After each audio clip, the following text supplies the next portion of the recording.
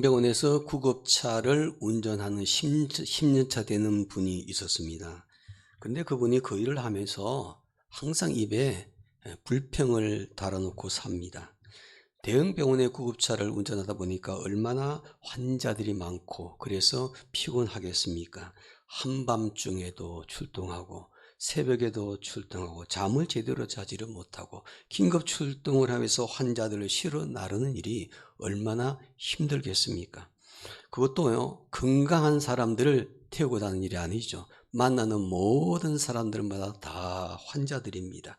항상 응급 환자들, 피투성이가 된 사람들, 혼수 상태에 빠진 사람들, 심지어는 실려가는 도중에 차 안에서 세상을 떠나는 사람들, 이런 사람들은 매일같이 실어나다 보니까 자기도 모르게 너무 피곤하고 짜증이 나는 거죠. 그래서 그 일을 하면서 항상 불평하고 짜증내고 자신의 신세를 한탄하면서 10년 차가 되었답니다. 근데 하루는 호흡을 가쁘게 몰아쉬던 할머니 한 분을 응급차에 모시게 되었는데 급하게 운전을 해서 응급실 앞에 도착을 했답니다. 이 할머니를 환자를 내려주고 돌아서려고 하는데 그 할머니가 갑자기 이 기사를 불렀습니다. 이봐 젊은이, 기사는 말하면 왜요? 할머니 왜 저를 부르시는 겁니까? 그때 할머니가 대뜸 이렇게 말한 겁니다. 그래서 내가 당신에게 한 가지 물어보겠어. 당신은 건강한 몸을 가졌다는 것에 대해서 감사해 본 적이 있어? 아마 이 할머니가 교회를 다니시는 분 같았습니다. 이 질문을 받은 기사는요, 깜짝 놀랐습니다. 자기 자신이 부끄러워졌습니다. 지난 10년 동안 병원에서 수많은 환자들을 실어 나르는 구급차를 운전하면서 단 한 번도 자신의 건강한 몸에 대해서 감사하는 표현을 하지 않았기 때문 것을 알았기 때문이었습니다. 여러분, 우리가 여러분 자신의 몸에 대해 건강에 대해서 혹 감사해 본 적이 있으십니까?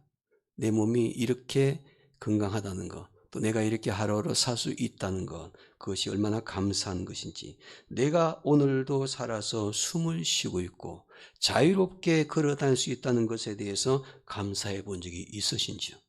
우리는 늘 우리에게 반복적으로 일어나는 일에 대해서는요, 너무 익숙하다 보니까 당연한 것으로 받아들이며 살 때가 많죠. 그래서 감사하지 못할 때가 있습니다. 그러나 우리 생활과 주변을 살펴보게 되면은 우리가 감사해야 할 것들이 얼마나 많은지 모릅니다. 중국 속담에 이런 말이 있습니다. 기적은 하늘을 날거나 바다 위를 걷는 것이 아니라 땅에 걸어다니는 것이다.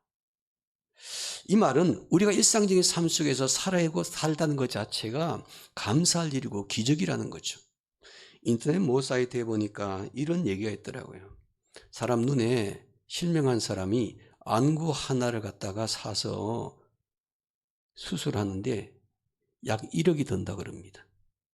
그러면은 두 개 눈을 바꾸면은 2억이 듭니다. 2억. 여러분 지금 두 눈을 멀쩡히 뜨고 계신 분들 2억 버신 겁니다. 2억 버신 겁니다. 심장을 바꾸는데 3천만 원이 든다 그럽니다. 심장을 바꾸는 데는 5억 원이 든다 그럽니다. 간 이식을 하는 데는 7천만 원이 든다 그럽니다. 팔다리가 없어 의수와 의족을 끼워 넣게 되면요, 훨씬 더 많은 돈이 든다 그럽니다. 여러분, 내 몸에 대해서 이것저것 다 계산해 보면은 두 눈을 뜨고 걸어 다닐 수 있는 것, 최소한 우리 몸은요, 약 한 51억 원 정도 계산한 몸을 지니고 다니는 겁니다. 내가 지금 51억 원에 갑작스러운 사고로 구급차에 실려갈 때는요, 돈을 내야 되는 그런 경우에 산소호흡기를 쓰면은 민간사업자가 1시간에 36만 원 낸다 그럽니다.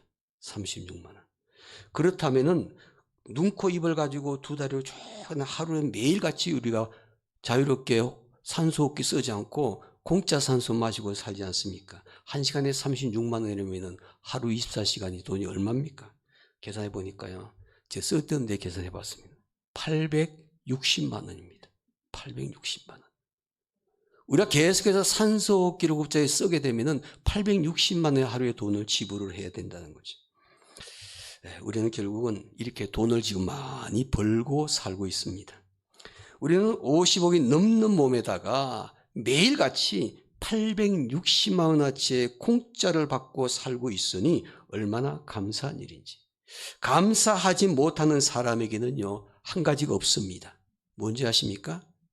기쁨이 없습니다. 감사하지 못하는 사람은 기쁨이 없습니다. 감사하며 사는 사람만이 기쁨을 누릴 수가 있는 거죠. 기쁨이 없다는 이야기는 결국은 뭐냐면은 행복하지 못하다는 겁니다. 감사하는 사람만이 행복을 누릴 수가 있고, 감사하며 사는 사람만이 행복이라는 최정상에 이미 올라가서 누리고 있는 것입니다. 오늘 맥주 감사 예배를 드리면서 지난 6개월의 삶이 코로나 팬데믹 시도의 여러 가지 어려운 환경 속에서 믿음 생활을 했고, 또 삶의 환경에 여러 가지 제약이 있었지만은 지난 6개월의 삶을 돌아보게 되면 그래도 오늘까지 달려온 것, 감사한 일이 얼마나 많은지 모릅니다.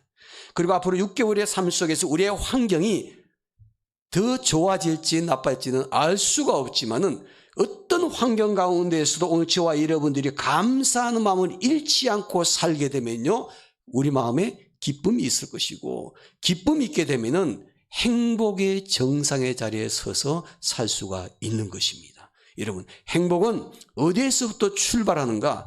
감사하는 마음에서부터 출발합니다.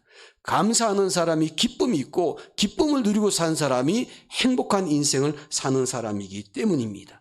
이 감사 예배에 저와 이런 모두가 함께 우리의 생활 속에서 감사하는 것이 무엇인지를 깊이 생각하고 범사에 감사할 수 있는 성도들이 되어야 될 줄로 믿습니다.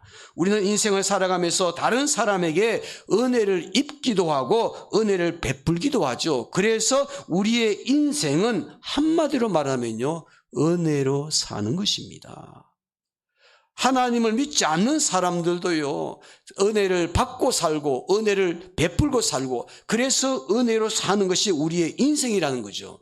이 은혜와 관련해서 세상 사람들은 세 부류의 종류의 사람이 있는 것을 볼 수 있지 않습니까? 첫 번째 부류의 사람은 은혜를 받았습니다. 그런데 배신하는 사람입니다. 우리 주변에는 은혜 받고도 도움 받고도 배신하는 사람들이 얼마나 많습니까?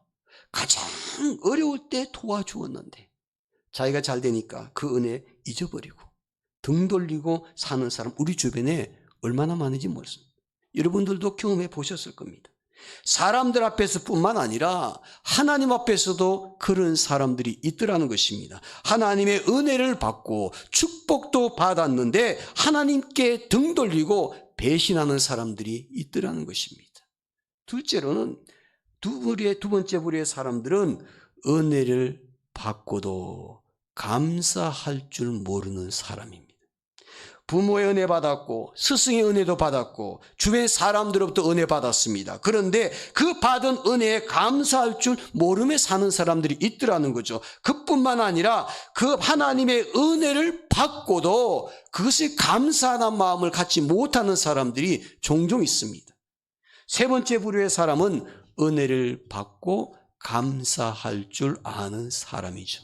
사람이 은혜를 받았으면 당연히 감사할 줄 알아야만 합니다. 감사할 줄 아는 사람은 인생이 행복해진다고 그랬죠. 더 많은 것을 누릴 수 있는 풍성함을 경험할 수가 있는 것입니다. 여러분, 여러분의 삶이 더 행복해지고 더 풍성한 축복을 누리기를 원하신다면 어떤 환경이든지 간에 어떤 상황에 처하든지 간에 하나님께 감사하는 사람이 되시기를 바랍니다. 감사하며 사는 사람은 인생이 행복해지고 더 풍성해지지만은 불평하고 원망하며 사는 사람은 만족이 없고 불행해지는 것이죠. 그러므로 오늘 맥주 감사 예배를 드리는 우리 모두가 함께 어떤 상황에 처하더라도 범사의 감사함으로 말미암아 하나님의 축복을 누리며 행복한 인생을 펼쳐나가는 여러분과 제가 되시기를 주님의 이름으로 축원합니다. 본문 말씀해 보니까 감사가 놀라운 기적을 낳은 사건을 보게 됩니다. 본문의 말씀 배경은 이렇습니다. 예수님께서 특별히 개인적으로 무척 관심 갖고 사랑하셨던 가정이 있었습니다. 예수님은 지상에 계실 때 주로 이 집을 즐겨 찾으셨습니다. 그리고 심지어는 이 집에 가셔서 편안하게 육체적인 쉼도 얻으셨던 가정이었습니다. 얼마나 아름다운 가정인지 모릅니다. 이 가정은 아버지가 누구고 어머니가 누구인지 성경에는 나와 있지 않습니다. 그 이유는 아버지 어머니가 계시지 않기 때문에 그저 가족 구성원은 남자 하나 여자 둘, 그래서 오빠인 오라버니 그리고 두 자매가 살고 있는 가정이었습니다. 그런데 어느 날 이 가정에 가장 격인 오빠인 나사로가 죽고 말았습니다. 예수님의 특별한 사랑을 받고 있던 그 가정의 가장 격인 나사로가 갑자기 죽음을 맞이하게 되었다는 것입니다. 두 자매는 그 오빠의 죽음 앞에서 슬퍼하면서 눈물을 흘리게 되죠. 이 동생들뿐만이 아닙니다. 성경의 3절에 보니까 온 유대인들이 울고 그렇게 말합니다. 이것을 짐작하건대 이 가정은 그 당시 그 지역의 사람들에게 무척 칭송받는 가정이었다는 것을 알 수 있지 않습니까? 그러니까 나사로의 죽음은 그의 가족뿐만이 아닙니다. 온 동네 사람들까지 슬픔을 겪게 되었고 깊은 절망감을 갖게 된 큰 사건이었죠. 그런데 이것뿐만 아닙니다. 예수님께서도 그 나사로가 죽었다는 소식을 듣고 성에 보니까 예수님께서 눈물을 흘리셨다고 말합니다. 예수님께서 얼마나 마음이 아프셨으면은 그 가정을 얼마나 사랑하셨으면은 나사로가 죽었다는 그 얘기를 듣고 거기서 가서 눈물을 흘리시고 원통해 하셨다고 성경은 기록하고 있습니다. 나사로의 죽음은 그의 가족, 그가 살고 있던 동네, 온 동네 사람들 그리고 예수님의 마음까지도 슬프게 만든 사건이었습니다. 그런데 슬픔과 절망감에 빠지고 있던 이 나사로의 가정에 기적이 일어났습니다. 정말 믿기 어려운 기적이 일어났습니다. 우리의 지식과 우리의 지혜로 우리의 세상의 모든 관점에서 바라볼 때 이거는 있을 수가 없는 일이었습니다. 성에 보니까 죽은 지 나흘이나 지났던 나사로가 다시 살아난 기적이 일어났습니다. 죽음이라는 절망의 늪 앞에 나사로가 다시 살아난 거죠. 모든 사람들이 눈물을 흘리면서 슬퍼하면서 절망하고 있는 상황 속에서 기적이 일어난 것입니다. 누구도 예상하지 못했던, 누구도 기대하지 않았던 초자연적인 기적이 일어난 것입니다. 다시는 소망과 희망을 가질 수 없었던 절망적인 상황 속에서 다시 살아나는 기적이 일어난 것이죠. 사랑하는 성도 여러분, 여러분들의 인생에도 혹시나 이와 같은 기적의 드라마가 필요하십니까? 나는 지금 인생에 희망을 가질 수 없는 절망적인 상황에 처해 있는데 그래서 내 힘과 내 능력으로는 문제가 해결할 수가 없고 내 힘과 또한 다른 사람의 도움도 해결할 수 없는 그런 인생의 문제이기에 내 인생의 기적의 드라마가 일어나야만이 그 문제가 해결될 것 같은 그런 상황 속에 처해 있는 분이 계시는지요? 우리의 가정과 우리의 사업장과 교회와 그리고 이 나라의 모든 영역 속에서 죽은 나사로가 다시 일어나는 기적이 일어났던 것처럼 우리에게도 절망의 늪에서 다시 일어나는 회복과 부흥의 역사를 경험하는 성도가 되어야 되지를 않겠습니까? 흔들리는 가정이 다시 회복이 되고 무너진 사업장이 다시 회복이 되고 침체되어 있는 우리의 신앙이 다시 회복이 되고 코로나 팬데믹으로 해서 큰 어려움에 처해 있는 이 나라가 다시 회복이 되는 역사를 경험해야 되지를 않겠습니까? 바라기는 후반기에 오늘 저와 여러분들의 삶의 난속에 이런 기적의 드라마가 일어나는 것을 볼 수 있는 성도들이 꼭 되시기를 주님의 이름으로 축원합니다. 그렇다면 절망적인 상황에서 기적을 낳는 비결이 무엇일까요? 오늘 저와 여러분들의 삶 속에 후반기에 기적의 드라마를 경험하려면 어떻게 해야 될까요? 그 비결이 무엇일까요? 오늘 본문에서 나사로를 살리는 기적을 일으키신 예수님의 모습에서 그 비결을 배울 수가 있습니다. 이런 기적을 경험하려면 한마디로 감사하는 사람이 되셔야 하는 것입니다. 이런 기적을 경험하려면 감사하는 사람이 되셔야만 합니다. 이런 기적을 낳으려면 감사하는 사람이 되셔야만 합니다. 어떤 상황 속에서도 감사할 줄 아는 사람이 기적을 경험하게 되는 줄로 믿습니다. 예수님께서 나사로가 죽었다는 소식을 듣고 그의 무덤에 찾아오셨습니다.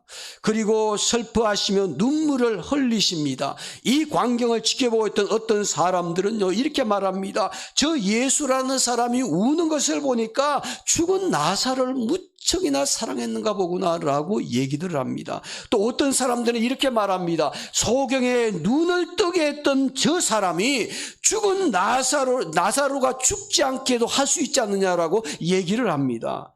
또 어떤 사람은 이 가운데 그의 여동생도 심지어 이렇게 말하죠. 주님, 예수님, 그가 죽은 지 나흘이 되었는데 냄새가 납니다. 이제는 모든 것이 끝입니다. 절망입니다. 그런 표현입니다. 예수님 앞에 펼쳐진 이 모든 환경을 보십시오. 우리의 시선으로 바라보게 되면요, 모든 것이 다 절망적입니다. 희망이 1도 없습니다. 이 절망의 상황 앞에서 예수님께서 드디어 입을 여십니다. 예수님의 입술에서 무엇던 얘기가 가장 먼저 튀어나오는지 한번 보시기 바랍니다. 본문 41절 말씀입니다. 오늘 요절 말씀입니다. 다 함께 읽겠습니다. 우리가 후반기에 꼭 붙잡아야 될 하나님의 말씀이죠. 41절 말씀 우리 한 목소리로 크게 읽겠습니다. 돌을 옮겨 놓으니 예수께서 눈을 들어 우러러보시고 이르시되 아버지여 내 말을 들으신 것을 감사하나이다. 아버지여 내 말을 들으신 것을 어떻게 하나요? 감사하나이다. 예수님은 감사하고 있죠. 모든 환경이 절망적인데 이 상황 앞에서도 아버지 하나님께 감사하는 표현을 하시게 되죠. 아버지여 내 말 들으신 것을 감사하나이다. 예수님은 절망의 상황 속에서도 하나님 아버지께 기도하시는데 그 기도의 내용은 감사이셨습니다. 그런데 이렇게 예수님이요, 감사 기도를 첫마디로 하신 목적이 있었습니다. 예수님은 이렇게 감사 기도를 하시지 않고도, 이렇게 기도하시지 않고도 그냥 나사로의 무덤 앞에 가서 나사로야 일어나라, 나사로야 다시 살아나라 말씀만 외치게 되면은 살아날 수가 있습니다. 근데 굳이 예수님께서 왜 그 앞에서 모든 사람들이 지켜보는 데서 아버지여 감사하나이다 이렇게 기도했을까요? 그 다음 주에 보니까 예수님께서 분명히 목적을 그렇게 말씀하시던 이유는 그 주변 모든 사람들에게 이런 상황 앞에서도 불평하거나 원망할 것이 아니라 감사해야 된다는 것을 보여주기 위함이라고 말씀합니다. 죽음 앞에 선다는 것은 모든 사람에게 슬픈 일입니다. 절망적인 일입니다. 누구도 감사할 수 없는 일이죠. 그런데도 예수님은 그 죽음 앞에 서서 감사 기도를 하셨다는 것입니다. 여러분, 누가 일을 할 수 있는가? 믿음을 가진 사람만이 할 수 있는 일입니다. 믿음을 가진 사람. 여러분, 우리가 종종 장례식이 있지 않습니까? 장례식장 가가지고 믿지 않는 사람 앞에 가서요, 이렇게 말하시면 잘못하면 돌 맞습니다. 가족들이 모두 슬퍼하는데 오늘 고인이 이렇게 돌아가셔서 참 감사합니다. 이러면 돌 맞습니다. 우리 믿는 사람들은요, 죽음 이후에 어떤 일이 펼쳐질지 알기 때문에 그분이 인생을 살아오시면서 주님을 영접하고 구원받으신 분이기 때문에 그분이 편안하게 주님 품에 돌아간 거 얼마나 감사한지 우리는 그것을 느낍니다. 그걸 받아들일 수가 있는 거죠. 죽음 앞에서도 예수님께서 감사 기도하시면서 그 모든 주변 사람들에게 이런 죽음 앞에서도 불평하고 원망하는 것이 아니라 믿음으로 사는 사람, 하나님을 섬기고 사는 사람, 기도하는 사람에게는 이 상황 속에서도 감사할 수가 있다는 것을 보여주십니다. 이 절망적인 상황에서 기도할 때 하나님이 들어주신다는 거죠. 그래서 감사하다는 것입니다. 우리가 절망적인 상황 속에서도 우리의 기도를 들어주신 하나님이 계시기에, 그 하나님을 믿기 때문에, 그 하나님과 함께하기 때문에 오늘 저와 여러분들은 어떤 환경과 상황 속에서도 감사할 수 있는 성도가 되는 줄로 믿습니다. 사람들은 어려움에 처하면요, 가장 먼저 자기 스스로 그 문제를 해결해 보려고 시도하죠. 그 문제를 스스로 해결해 보려고 노력을 합니다. 그래도요, 그 문제를 해결하지 못하게 되면은 그 다음에 하는 것이 다른 사람들에게 찾아가서 도움을 요청합니다. 호소를 합니다. 부모님에게 부탁하기도 하고, 친한 친구에게 찾아가서 도와달라고 부탁을 하기도 합니다. 그러나 어려움에 처해도 누구에게 도움을 호소할 곳이 없는 사람들이 있죠. 부모에게도 도움을 요청할 수도 없고, 누구 사람에게 찾아가서도 도움을 달라고 요청할 수도 없고, 그런 사람들이 있습니다. 절망적인 상황에 처해서 자기 스스로 그 문제를 해결할 수 없는데 누구에게도 호소하며 도움을 요청할 대상도 없습니다. 얼마나 답답하고 실망스럽고 절망적이겠습니까? 그런데 내가 나의 어려움을 털어놓고 호소할 수 있는 사람이 있다는 것은 얼마나 다행스러운지. 그러나 그 사람도 연약한 인간이기 때문에 우리 인생의 문제를 해결할 수 있는 모든 능력을 다 갖추고 있는 것이 아니죠. 그 사람도 역시 우리처럼 자기의 인생의 문제 때문에 해결하지 못하고 사는 연약한 인간에 불과합니다. 그러나 전능하신 하나님을 믿고 하나님을 아버지라고 부르며 사는 하나님의 자녀들은 하나님 앞에 나아가서 기도할 수 있는 줄로 믿습니다. 우리의 기도를 들어주신 하나님, 우리의 연약함을 아시고 도와주시는 하나님, 우리의 상처의 마음을 위로하시고 어루만져 주시는 하나님, 그분 하나님으로 말미암아 내가 그 하나님을 모시고 사는 것이 우리 하나님의 자녀들 가운데 감사해야 될 첫 번째 조건인 줄로 믿습니다. 데보라 노블이라는 사람이 감사의 힘이라는 책을 썼습니다. 이 데보라 노블이 감사의 힘이라는 책을 쓰게 된 동기는 이겁니다. 자기 주변에 정말 힘들고 이렇게 살았던 사람이 있는데 그 사람의 입에 늘 감사하다, 고맙다 이런 표현을 잘하는 사람이 있는데 그 감사를 통해서 이 사람의 인생이 역전된 것을 보게 된 거예요. 도저히 일어날 수 없는 일이 그 사람에게 일어난 것을 보고 이 사람이 신기한 겁니다. 도대체 감사가 우리 인생에 어떤 영향을 미칠까? 감사가 우리의 몸에 어떤 영향을 미쳤기에 사람이 이렇게 변화될 수가 있는가? 그게 궁금해서 이 사람이 글을 쓰기 시작했습니다. 조사를 했습니다. 그리고 감사의 힘이라는 책을 써내게 된 것이죠. 이분의 책에 보면요, 그분이 연구할 때 보니까 모든 나라, 모든 민족들의 언어를 조사를 해봤습니다. 도대체 아이가 태어나게 되면 그의 입술에서 가장 먼저 하는 말이 무엇일까? 그랬더니요, 이거는 민족을 초월해서, 국가를 초월해서 공통점이 있었습니다. 엄마, 아빠. 이 얘기를 가장 먼저 애들이 하는 거예요. 가르쳐주지 않았는데도 아이들이 모든 나라, 민족, 모든 나라. 엄마, 아빠. 이 얘기를 제일 먼저 하는 거예요. 그럼 엄마, 아빠 다음에는 어떤 말을 할까? 그랬더니 대부분의 나라, 대부분의 민족이 이 말이었습니다. 감사합니다. 고맙습니다. 이 말을 세 번째 가장 많이 배우더라는 거죠. 또 부모가 그것을 그렇게 가르치잖아요. 주니까 머리 꾹꾹하면서 감사합니다. 고맙습니다. 여러분 그런 사람 없잖아요. 애들한테 가르치지 않아도 뭘 주니까 어린아이가 왜 주는 거예요? 그렇게 하는 사람 없잖아요. 감사합니다. 고맙습니다. 그 마음에 마음에서 자연히 그 마음이 우러나오는 얘기이기 때문에. 그래서 엄마, 아빠 다음에 아이들이 처음에 시작하는 말이 감사합니다. 고맙습니다. 이 말을 많이 하더라는 거죠. 그리고 우리가 감사하는 마음을 품기까지는요, 감사하는 마음은 어떤 일을 만났을 때, 아, 참 감사하다, 고맙다. 이 마음이 드는 시간이요, 얼마 걸리냐면 이분이 연구를 해보니까 0.3초 걸리더라고요. 내 마음에 감사하는 마음이 순간적으로 딱 들었습니다. 어떤 사람을 보는 순간 참 감사하다 이 마음이 드는 순간이 짧습니다. 0.3초면은 감사하는 마음이 들더라는 거죠.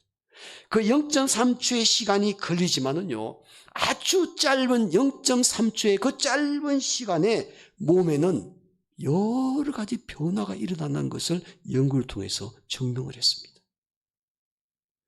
감사합니다라는 말을 하는 순간 그 말이 자기 뇌에다가 전달이 되어서 그 짧은 시간에 몸에 어떤 변이 나면은 면역 체계를 활성화시켜주는 물질이 나오는데, 그래서 감사하다는 마음 갖고 그 말을 표현한 동시에 뇌에서 작용을 한다는 겁니다. 내 몸의 면역 체계를 강화시켜주는 그런 에너지가 나와서, 그래서 하루에 많이도 말고 2번만 감사해도, 하루에 2번만 감사해도 몸의 면역 체계가 올라가더라는 거죠. 조사 연구를 해보니까. 여러분, 면역을 높여주는 좋은 건강식품이 뭐가 있습니까? 여러분, 그것도 많이 드시지만은요, 더 중요한 것은 거기에 아울러 감사하다는 표현, 감사하다는 마음. 하루에 2번만 하더라도 약 먹은 것 이상의 면역 체계가 강화된다는 것을 연구를 통해서 알게 됐답니다. 그리고 사람들의 몸에 좋은 엔돌핀이 올라가잖아요. 엔돌핀이 올라가는 가장 수치가 강하게 올라가는 게 딱 2가지 경우랍니다. 첫 번째는 웃을 때. 여러분께서 웃을 때 그냥 속으로 웃지 마시고 환하게 웃으시기 바랍니다. 크게 웃고 환하게 웃으면 엔돌핀이 그때 가장 많이 올라가더라고요. 또 엔돌핀이 막 올라가는 것은 2번째 단계는 감사할 때랍니다. 감사하는 마음이 드는 순간 엔돌핀이 몸에서 확 돈다는 거죠. 그래서 엔돌핀이 가장 많이 도는 우리의 감정의 표현은 기쁨, 웃을 때, 그리고 감사하는 마음 갈 때. 감사를 표현할 때 또 몸의 근육이요, 그 순간 이완되는. 여러분, 실제 우리가 그걸 느끼지 않습니까? 누군가에 대해서 비판하고 짜증내고 불만 터뜨리면요, 몸이, 근육이 굳어지는 것을 느낍니다. 긴장을 하게 됩니다. 그런데 누구를 만나서 그래서 손잡고 감사하다고, 고맙다고, 너무 좋다고 이런 표현하게 되면요, 자기도 모르게 몸이, 근육이 이완이 된답니다. 이완되면서 체온이 올라가고 체온 올라가면서 몸과 마음이 평안함을 누리게 되더라는 거죠. 혹시 여러분 가운데 누구 흉보고 불평하고 원망하고 짜증낼 때 몸이 평안해진다 있으면 좀 조사를 좀 해보셔야 됩니다. 그건 예외입니다. 그럴 수가 없어요. 감사 많이 할 때 내 몸에 여러 가지 변화가 일어난다는 거예요. 유대인들이 위대한 민족이 될 수 있는 비결은 유대인들의 자녀 교육에 있다고 말하지 않습니까? 그들은 어렸을 때부터 자녀 교육을 시킬 때 딱 2가지를 하지 않습니까? 첫째는 신앙교육, 그 다음 2번째는 감사교육. 하나님을 경외해라, 믿음으로 살아라, 그리고 감사하며 살아라. 근데 우리는 우리 자녀 교육이 어디에 있습니까? 공부 열심히 해라, 착하게 살아라. 유대인들은 신앙으로 살아라, 감사하며 살아라. 그래서 유대인들의 지혜를 가르치는요, 탈무드 책에 보면은 이런 말이 있습니다. 그 탈무드에 보면은 혀에 감사를 가르치기 전에는 어떤 말도 먼저 가르치지 말라. 자녀들에게 그 혀에 감사를 가르치기 전에는 어떤 단어도 가르치지 말라. 감사가 최우선순위 단어라는 거죠. 우리의 자녀들에게 감사를 가르쳐야만 합니다. 그러기 위해서는 우리 스스로가 감사하며 사는 사람이 되셔야만 합니다. 내가 감사하는 사람의 모습으로 본이 돼야만이 우리의 자녀들에게도 자연스럽게 감사하는 마음을 갖게 되는 거죠. 여러분, 감사는 늘 감사하고 살게 되면 자꾸 감사한 일이 생기죠. 옛날 그 헬라 시대 사람들의 그 삶의 생활 습관을 기록한 책에 보면요, 이런 재미난 얘기가 나옵니다. 헬라 사람들이 하나의 특징이 있었답니다. 길거리를 걸어갑니다. 근데 갑자기 예상치도 못했는데 비가 막 쏟아집니다. 오늘같이 막 이렇게 비가 막 우산도 준비하지 못했잖아요. 그 우리는 아이고, 오늘 왜 이렇게 비가 오는 거야? 내가 왜 몰랐지? 그리고 몸에 비 맞는 거에 대해서 짜증내는 분들이 있지 않습니까? 그런데 헬라 사람들은 이랬답니다. 갑자기 비를 만나면은 손을 들고 하늘을 향해서 이렇게 기도했답니다. 하나님 감사합니다. 비가 맞고 있는데 하나님 감사합니다. 그렇게 기도했답니다. 그 기도의 내용은 이것입니다. 하나님께서 우리를 창조하실 때 코를 하늘로 향하도록 만드시지 아니하고 밑으로 향하게 만드셔서 그 빗물이 내 코에 들어가지 않아서 감사합니다. 그 감사성 가지고 그 자리에 서가지고 감사하다는 것이 헬라 사람들의 일상적인 생활 패턴이었답니다. 미국의 16대 대통령 아브라함 링컨은 감사할 줄 모르는 사람은 절대로 발전할 수 없다고 단언을 했습니다. 대개 감사할 줄 아는 사람이 성공하죠. 감사할 줄 아는 사람이 인생을 행복하게 살 수 있는 것처럼 말이죠. 원망하고 불평에 빠진 사람들은 실패할 수밖에 없습니다. 그래서 종종 그런 얘기합니다. 성공한 사람들은 성공할 만하게 살고 있고 실패한 사람은 실패할 수밖에 없게 살고 있다고 얘기들을 합니다. 그것이 바로 감사하는 마음으로 사는 것과 불평하며 사는 사람의 차이입니다. 하나님도 감사하는 사는 사람에게 은혜와 축복을 베풀어 주시는 줄로 믿습니다. 세계 헤비급 권투 챔피언 중 가운데 요즘은 제가 누가 세계 챔피언인지 잘 모르겠어요. 워낙 권투에 관심이 없기 때문에. 근데 우리 시대 때는요, 정말 그 권투 중계 방송을 다 해줬기 때문에 TV 앞에 가지고 들여다보고 있다가 중간에 자기가 응원하는 선수가 얻어맞고 거의 KO되기 직전되면요, 혈압이 높아져 가지고 그 자리에서 TV 보다가 쓰러진 분들을 꾸리셨어요. 그래서 자녀들이 절대 권투 못 보게 하고 그래요. 바로 저희 가정의 아버님이 그랬습니다. 워낙 권투 좋아하죠. 근데 혈압이 높으셨어요.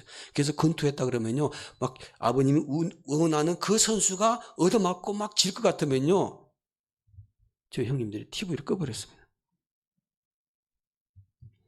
그 당시에 가장 선풍적인 인기를 끌었던 선수가 있었습니다. 조지 포먼이라는 사람입니다. 아마 들어보셨을 겁니다. 옛날 라떼 시대 분들은요. 조지 포먼이라는 사람. 이 사람은 1973년에 세계 챔피언이 되었습니다. 그런데 그 사람의 당해낼 사람이 없어요. 해승과 같이 나타나가지고 얼마나 주먹이 세고 힘이 센 사람인지 누구도 그 사람하고 싸워서 이긴 사람이 없어요. 무패였습니다. 나갔다 그러면 무조건 다 이겼습니다. 그래서 그 사람에게 별명이 붙었습니다. 핵주먹이라고. 핵폭탄 얻어맞는 것처럼 그렇게 사람들이 얻어맞고 다 KO될 수밖에 없어요. 모든 시합의 전성인데 다 KO성입니다. 핵폭탄 주먹이라는 별명을 얻게 되었는데, 그러나 그 사람도 바로 그 다음 해에 한 선수와 시합을 하다가 결국 KO패를 당합니다. 그때 나타난 사람이 또 너무나 유명한 무하마드 알리라는 사람이었습니다. 나비처럼 날아서 벌처럼 쏘겠다고 하는 그 바로 선수 알리가 등장하므로 이 조지 포먼이 알리에게 무릎을 꿇었습니다. 그래서 그 자리에서 챔피언 자리에 쫓겨났는데 이 조지 포먼이 포기할 사람이 아닙니다. 저지부심 정말 열심히 운동을 했습니다. 몸을 잘 만들어가지고 3년 후에, 그리고 알리가 조금 이제 힘이 떨어질 때쯤 돼가지고 다시 챔피언 자리에 도전을 했습니다. KO패 당했습니다. 실패했습니다. 얻어맞고 바로 쓰러져서 KO패로 실려나갔습니다. 실패한 거죠. 그런데 그 실패의 자리에 빠졌을 때 이 조지 포먼이요, 주님의 은혜를 발견했습니다. 예수님을 환상 가운데 그가 보았다고 얘기합니다. 그러면 그의 인생이 변화되었습니다. 이제는 권투 글러브 내려놓았습니다. 이제는 세계를 움직이고 놀라게 했던 권투 선수가 아니라 이제는 길거리에 나가서 예수님을 전하는 전도자가 되었습니다. 이분이 권투 선수 내려놓고 3년 후에 도전했다가 지고 난 다음에 이제는 그때 주님을 만나고 난 이후에 권투 선수가 아닌 길거리 전도자가 되었습니다. 그래서 워낙 유명한 사람이었기 때문에 그 사람이 전도하는 모습 사람들이 막 몰려다니면서 구경을 하는데, 그래서 전도를 열심히 했고 많은 사람들을 구원하는 사람이 되었죠. 근데 이 사람이 전도하면서 불우한 이웃들도 도와주고 그러다 보니까 돈이 너무 부족한 거예요. 돈이 너무 부족해요.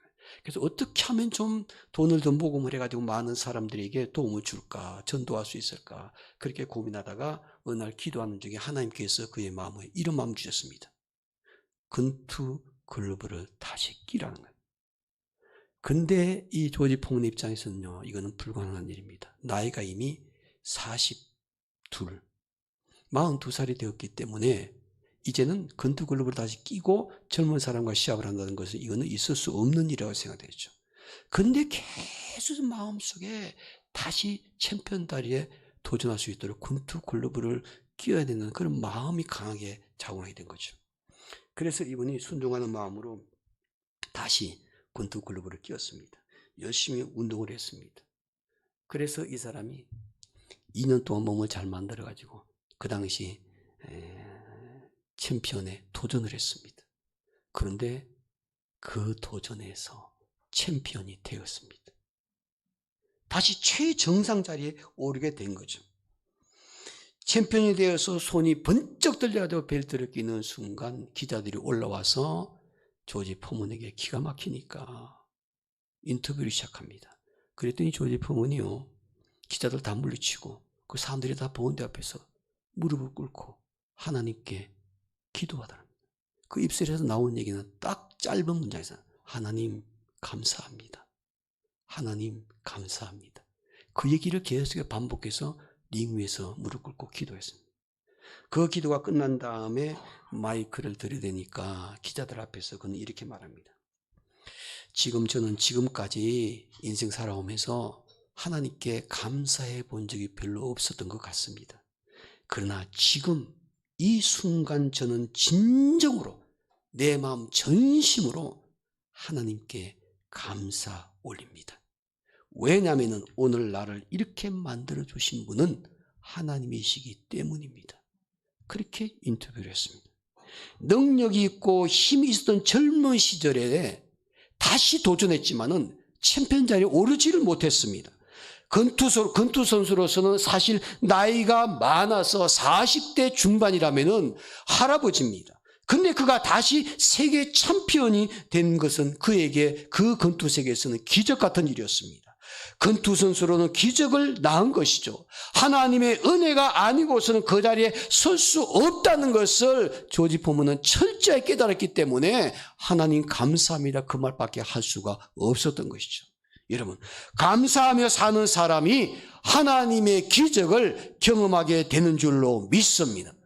어떤 상황 앞에서도 불평하지 않고 원망하지 않고 하나님께 감사하는 사람이 되실 때 우리가 코로나 팬데믹 상황에서도 2021년도 후반기의 삶 속에서도 우리의 가정 안에서 우리의 사업자에서 우리의 삶의 공동체 안에서 하나님께서 우리를 통해서 역사하신 하나님의 기적의 드라마를 보게 될 줄로 믿습니다. 지난 6개월도 우리가 감사한 일이지만은 후반기 삶 속에서도 주님이 그 감사하는 모습, 죽음 앞에서도 감사를 통해서 기적을 보여주셨던 것처럼 우리들도 우리의 삶 속에 늘 감사하는 고백을 통해 하나님의 기적의 드라마를 꼭 경험할 수 있는 후반기의 삶이 되기를 주님의 이름으로 축원합니다. 기도합시다.